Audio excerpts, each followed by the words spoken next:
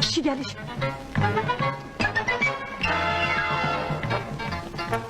Buraları təzə təmir eləmişik. Əvvəl yol oradan idi. Sonra dedilər ki, İndi buradan olacaq. Bu nə də? Bu sütunu da buradan götürün.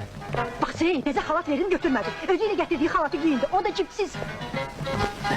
Cibləri yoxdur. Zəhmli adam oxşayır, qıracaq bizi.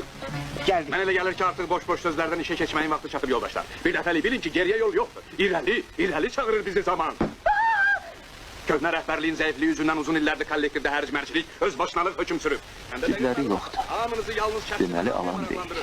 İş mühünə çatır. Nailcə pusuz olacaq. Uşaqlar acından qırılacaq. Ha, bundan sonra Kollega. dönüş yaratmalıyıq. Qabaqlar da cipsiz xalat olur. Gözə babadan görməmişim ayol. Xəstəxananı döndərmişsiniz kolxoz bazarına. Apendsit kəsmək 100 manat, qlandanın biri 50 manat, xəstəyə yer dötmək 30 manat. 25 manat. Əli cibindən çıxad ot aşağı. Gözümün içinə yaxşı bax ha. 50 manat. Yox balam, çox təmiz adama oxşayır. Dünya dağılsa da olmaz. Tənqirə layiqdir. Rüsvayçılığa son qoyulmalıdır. Belə gedə bilməz. Qurtardı sizin dövranınız. Hipokrat andını ürəyinizdə yox, cibinizdə gəzdirirsiniz.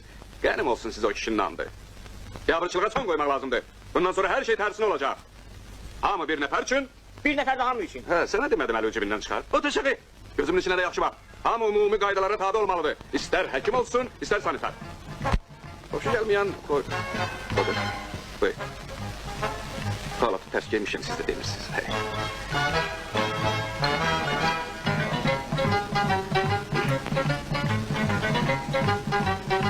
Həkimin yeri harda olmalıdır? Həstələrin yanında. Onda vaxt itirməyək, durun gedək ora.